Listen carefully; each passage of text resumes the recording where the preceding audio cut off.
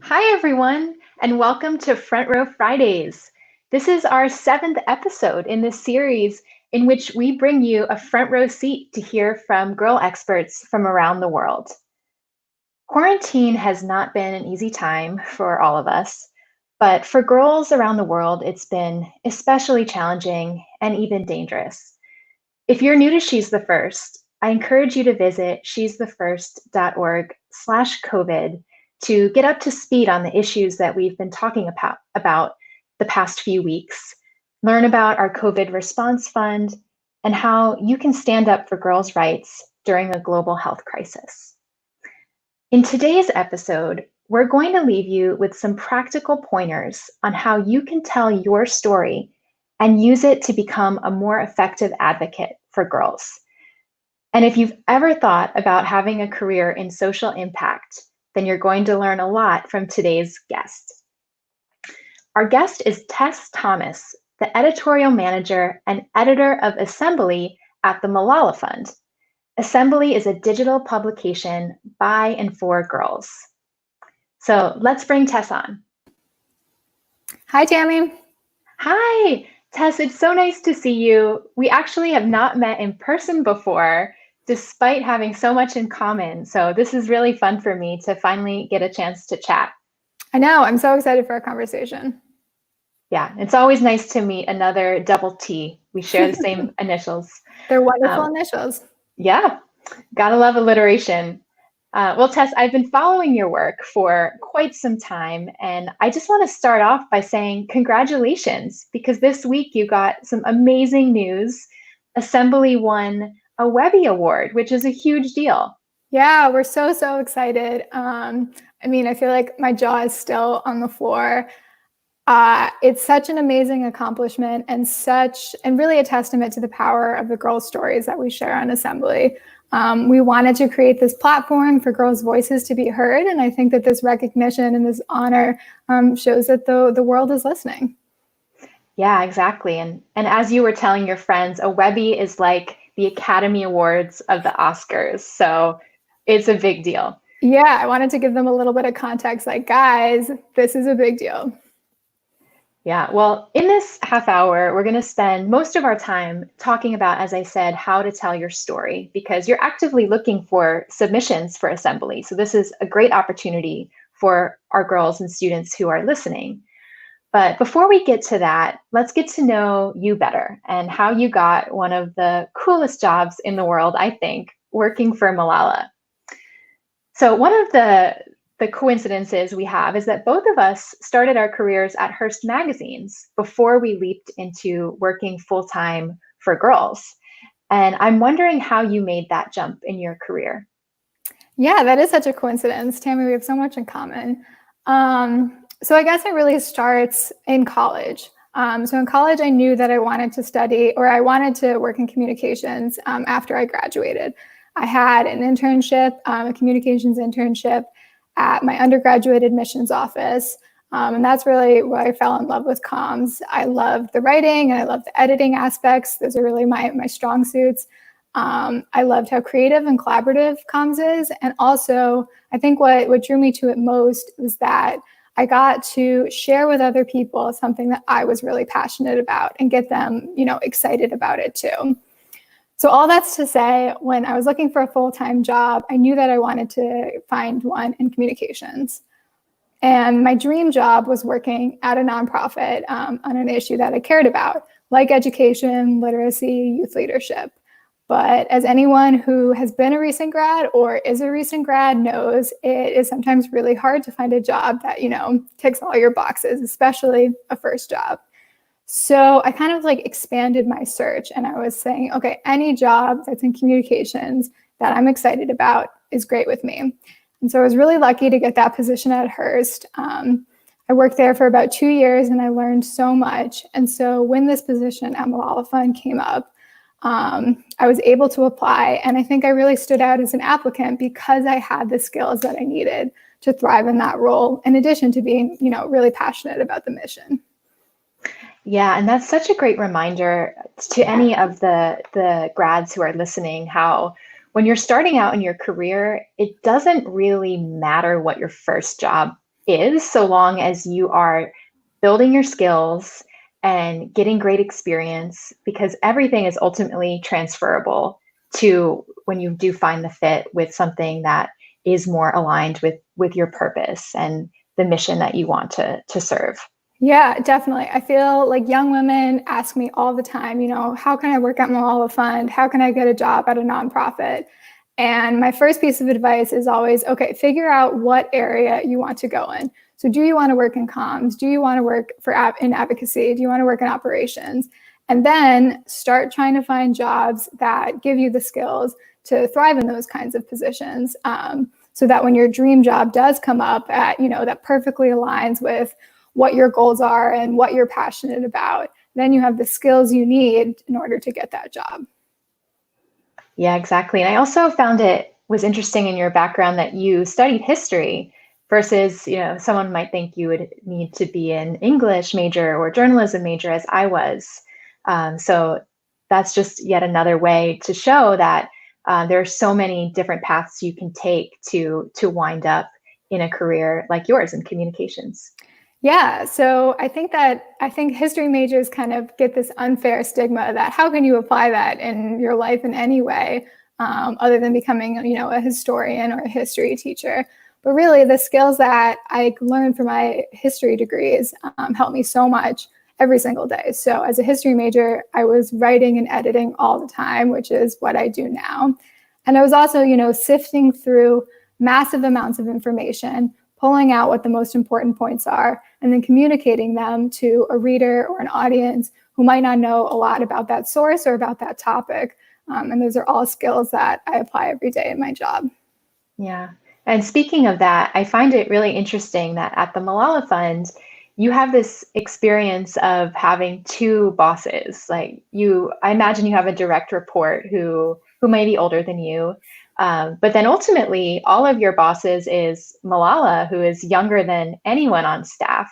So what has that kind of dynamic taught you about leadership in the workplace? Yeah, I think that, it's a wonderful dynamic. I learned so much both from Malala and from my boss, Taylor. She's the head of communications and creative. I find myself always, putting on my Malala hat and thinking, how would Malala approach this? Or I put on my Taylor hat and I think, how would Taylor write this? What would she do in this scenario? And I think that's something at Malala Fund as a whole that I've learned is that you can really learn from and look up to anyone of any age. So Malala is a really great example of that, but also all of the girls that we feature on Assembly. I find myself learning from them every single day. I look up to all of them and, obviously I'm older than them. So age is really just a number. Well, let's switch gears then to talk more about Assembly. You launched this publication with Malala in 2018, and you debuted it with a really fun video that we're going to play for our listeners.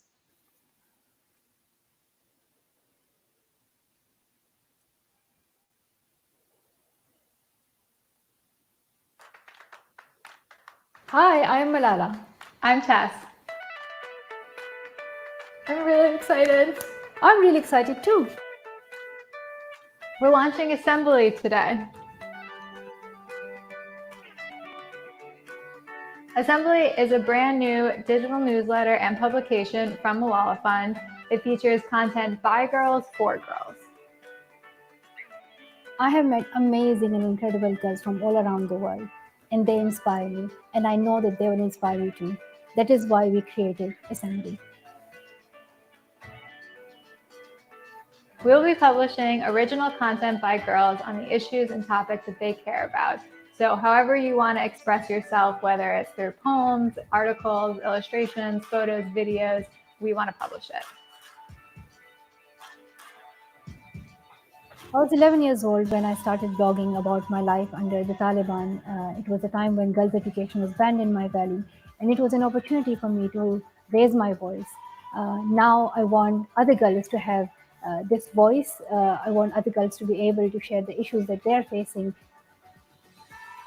You can find Assembly at assembly.malala.org. Assembly, the newsletter, will be published on the first and third Thursday of every month. We'll have versions in Arabic, English, French, and Spanish, and our first issue is out now. Please subscribe and share your ideas. We are so excited to share assembly with you.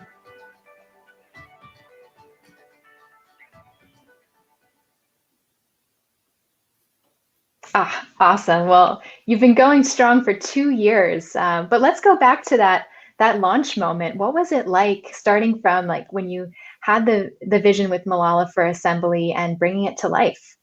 Yeah, I mean, I can't believe that video was filmed almost 2 years. It feels like it was yesterday, but then when I think back on all Assembly's accomplished, it is really just mind-boggling. I think the reason we wanted to start Assembly was because, as you know, at 11 years old, Malala began blogging about her life under the Taliban and speaking out for girls' education. And so Malala Fund wanted to create a platform to help girls share their stories, just like Malala. So that's where the idea for Assembly really came from. And in those 2 years, I think it's just so amazing how it's become this meeting place for girls, from every corner of the world. It's a platform where girls can get ideas from their own work, share their stories, support their peers. And when I say every corner of the world, I mean, I really mean it. We've published content by girls and women in 98 countries and in 16 languages. So I think that's something that just makes Assembly so special. Have you traveled to collect those stories, or have they mostly come in through digital submission? Yeah, so it's a real combination of where we get our stories. Sometimes, particularly if I'm traveling with Malala, there'll be girls that we meet who have these amazing stories that we want to make sure that other people hear about.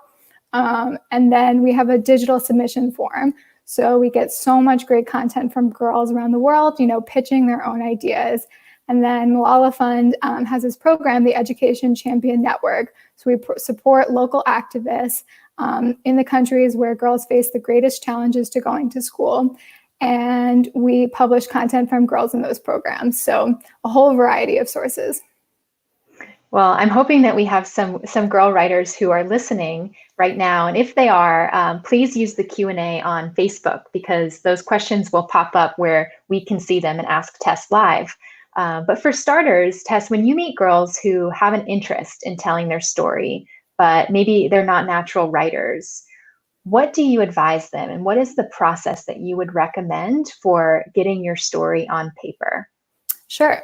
So I would say in terms of Assembly, first of all, there's ways to contribute to Assembly without writing a full article. So let's say you're wanting to, dip your toe in the water in terms of contributing.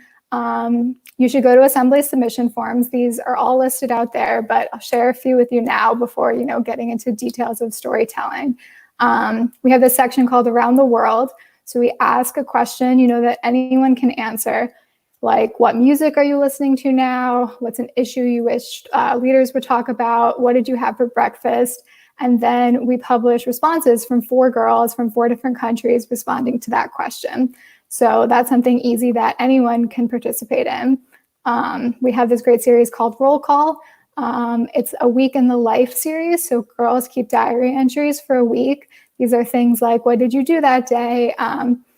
Who were you annoyed at? What are you thinking? What are you feeling? And then we publish those entries, and it's just such an amazing look into girlhood around the world. So there's a bunch of different ways you can contribute to Assembly. But let's say like you're interested in sharing your story, but you don't know where to begin. I would say the first thing you should ask yourself is, what is a story only I can tell? What drives me? What motivates me? What excites me? Basically, you should think about like what makes me me. And for some people, that might be a problem you've overcome, an obstacle or a challenge in your path, and how you got past that. For others, it might be, a project or initiative that you started, and talking about that journey, about what inspired you along that path. For other people, it might be an issue that you're facing or that is happening in your community that you want other people to know about. So whatever it is, make sure it's specific to you and something, that you're really passionate about. So that's kind of like how I would approach choosing the topic or, pitching your topic. To begin writing, let's say you're ready to start writing. My first piece of advice is don't start writing. I think that you should do the hard work first. I think this makes a better piece. If you think about ahead of time, okay, what are the 2 or 3 things that I want to make sure the reader who reads this piece knows, learns, or does after they read my article. So once you decide on those main things, then you can start writing. And so everything that you write in that piece should be kind of like towards servicing or illustrating those main points. And so I think that brainstorming, okay, what are my personal experiences? What are my personal stories that will help illustrate, the three main objectives of this piece? Is the best way to go about it. And I think, facts and research always help back up your story, but what people are going to remember is how you connected it, to your own life. Yeah, that's fantastic advice. And frankly, I need that reminder a lot of times when I set out to write, is to think of what do you want the end result to be? Because our enthusiasm and excitement when we have an idea can send us off on many, many tangents. So I really like that tip for structure. And certainly recognizing that, you are the only person who has your story. And that's why it's so powerful. And to be able to tell that and connect it with girls around the world only builds the movement and the unity in all of our voices to create a change. Yeah, I think that in terms of writing, I think a trap we all fall into is getting so excited to just put words down or, what sounds like it would be a good introduction. But then as you start writing, then you start kind of veering off towards what you actually want to talk about. And then maybe, your first few paragraphs don't even relate to your endpoint, and those can be eliminated, because in writing, I think that oftentimes less is more. But yeah, those are just a few tips. Yeah. You've published so many stories over the past couple of years. Is there one in particular that really stuck with you? Yeah, that's a really good question. I think that a story that we've published recently about the COVID-19 crisis. So we had a student in Brazil, Rafaeli. She wrote a piece about her experience in being a student in Brazil during the crisis. So she talks about the challenges of online learning. So she lives in kind of like the periphery of her city where the internet connection isn't strong. And so that's a real challenge for girls around the world as we adjust to remote learning. If you don't have regular access to internet, you're missing out. So she talks about the challenges of online learning and also her concerns about her mom. Her mom works at a hospital, and she's obviously worried about her exposure to the virus. And she writes about how all these measures that her family are taking to make sure that they keep themselves and others safe, which includes eliminating hugs.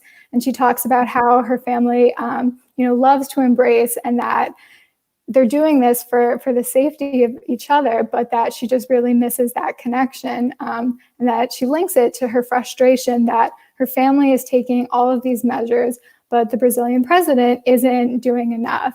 And I think that just like kind of image of her missing, embracing her mom and her sister was just so powerful and such a great part of the piece. And I think it really is a good example to show that the small moments that are really personal and unique to you really are what shapes a piece. So you should be thinking about those as you're writing and not maybe necessarily fixating on what should I say or like what expecting, this is how I think you want me to say it. Say it how you would say it. Right.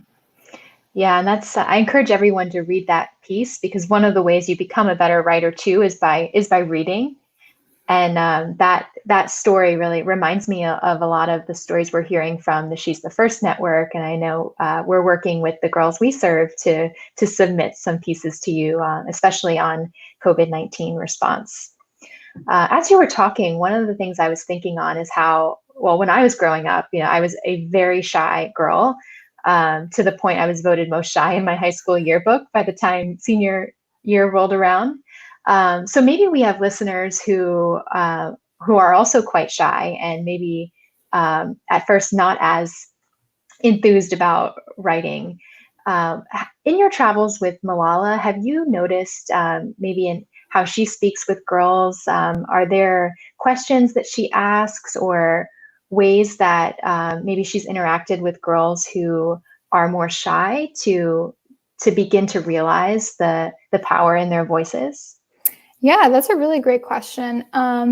I think that the wonderful thing about Malala is that she really has this power to have girls open up in in her presence. So when I'm with her, I see girls sharing things that, you know, they maybe wouldn't share with someone they had just met, but she has that wonderful quality where she can really relate to them no matter what. And I think that that's kind of the most important thing, is that each of the stories on Assembly is so unique, but there's such a thread of common experiences of being a young woman. And so I think that if you're nervous about sharing your story, it really helps to read about the stories of other young women, and you can really see yourself in them, even if it's a place you've never been to or a place you've never even heard of. And so I think that that would be the best place to start. And I also think in terms of sharing your story, there's so many different ways. So I've been talking a lot about, you know, writing and writing an article. But if writing is not your strong suit or not something you love, you can get your story across through other mediums. So on Assembly, we publish poetry by girls, we publish photos, videos, artwork. So if you have a different way that you like expressing yourself, we would love to publish it. Yeah, and I would love to see that, because those are not my strong suits, photography and art and poetry. So I love reading personally when girls and women express themselves in that way. Yeah, me too. I mean, it's not that I think stick figure art is like the extent for me. So when I see what other young women create, it just makes me so impressed. And yeah, we love publishing that kind of content.